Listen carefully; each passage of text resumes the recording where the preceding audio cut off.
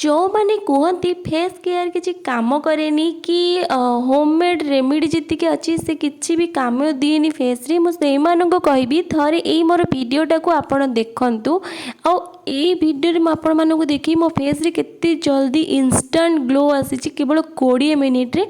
Homemade facial use कर before photo मोर आप देखी दिंतु केमी मो मुह के डल देखा जाउची आउ सबुठ बेस्ट कथा है मु आज आपण मान सहित जो फेसियल विषय कहबी से फेसियल बनवाई आपन को मात्र 20 टंका लगे 20 टंकार कम भी लगिपर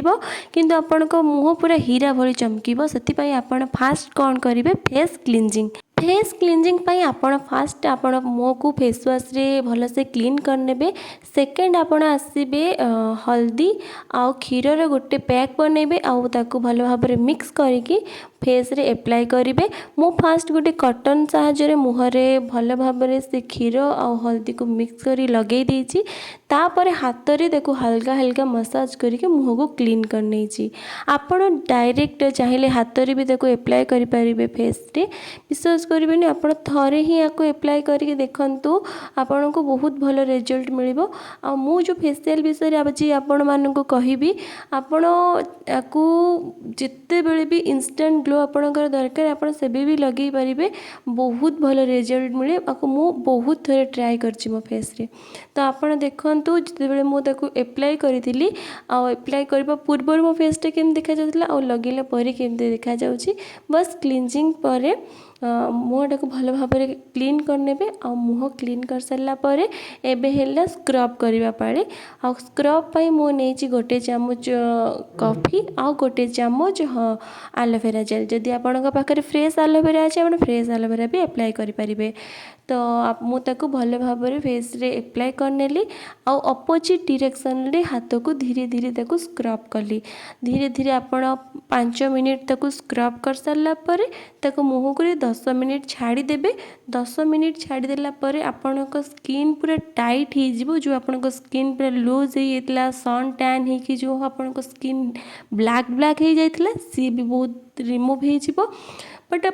प्रथम दिन आप भावें प्रथम दिन ही मोर बहुत किसी छाड़ी कि पूरा ग्लो आसो आप फास्ट डे एप्लाई कले आप 80% रिजल्ट तो पाइबे ही पाइबे बट आपको कंटिन्यू आप एप्लाई कले आपण स्किन पूरा कोरियन पिलांठू भी आहरी अधिक ग्लो कर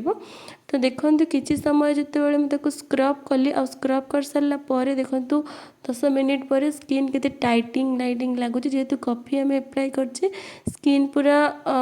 ग्लो करवा आरंभ है मो फेस वाश करके आपन को देखा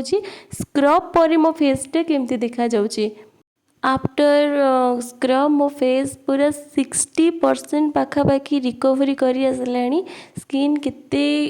डल थिला और केते ग्लो करवा आरंभ कलानी एबे नंबर 3 एबे आमे फेसियल लास्ट स्टेप करूचे जहाँकि फेस पैक पाई मुझे 2 चामच दही गोटे चामच चाउल गुंड गोटे चामच बेसन आउ किछि गोलाप जल आउ मु तादेह ऐड करी कदली जदि आपण पाखे कदली ना आप स्किप कर दी पारती ताको भल भाव मिक्स करने आपण एप्लाई करने आपण फेस रे तो ये आप जो 3टी स्टेप खाली फॉलो करदे फेसियल स्टेप विश्वास करेंगे आपण को स्किन बहुत जल्दी ग्लो करवा आरंभ कर यहाँ टोटाली आपणकर 20 टंका भितर ही फेसियल आप घरे बसी करें गोटे घंटा भी नहीं आपण जदि अध घंटे भी आपण निजको टाइम दियंती गोटे सप्ताह आपण स्किन ब्राइटनिंग तो हम ही हम आपण जी डार्क सर्कल अच्छी व्हाइट स्पॉट सबू जाक मुहर चली मत लगे स्किन कलर जहाँ भी हो कला हो गोरा हो श्यामल कलर जहाँ भी हो जदि मुहर डार्क सर्कल पिगमेंटेशन कि ब्लैक स्पॉट आसी जाए ना तो ऑटोमेटिक मनुष्यर कॉन्फिडेंस लो जाए आउ एते बहुत जगह अनकंफर्टेबल भी लगे से स्किन जहाँ भी हो टी क्लीन रहिले बहुत भल लगे आउ ताठू तो अधिक भल लगे जिते बड़े स्किन आमर ग्लो करुथिबो आ मो फाइनल रिजल्ट देखो मो मुह केते କେତେ ଗ୍ଲୋ କରୁଛି। ଓ ମାଇ ଗଡ଼୍, ମୁଁ ତ ମୋ ନିଜ ପ୍ରେମରେ ଆଉ ଥରେ ପଡ଼ିଗଲିଣି। ମୋତେ ମୋ ସ୍କିନ୍ ଆଉ ବିଶ୍ୱାସ କରିବେନି, ଏ ସ୍କିନ୍କୁ ଆପଣ ବହୁତ ସଫ୍ଟ ବି କରେଇଦେବ। ଆପଣଙ୍କୁ ମୁଁ ରେକମେଣ୍ଡ କରିବି ଆପଣ ଥରେ ହେଲେ ୟାକୁ ୟୁଜ୍ କରନ୍ତୁ, ଆଉ ମୋତେ କମେଣ୍ଟରେ କୁହନ୍ତୁ ଆପଣଙ୍କୁ ମୋର ଭିଡ଼ିଓ କେମିତି ଲାଗୁଛି। ଯଦି ମୋ ଭିଡ଼ିଓ ଆପଣମାନଙ୍କୁ ଭଲ ଲାଗୁଛି ଲାଇକ୍ ସେୟାର କରିବାକୁ ଜମା ଭୁଲିବେନି। ଦେଖା ହେବ ଆଉ ଗୋଟେ ଭିଡ଼ିଓ। ରହିଲି, ବାଏ।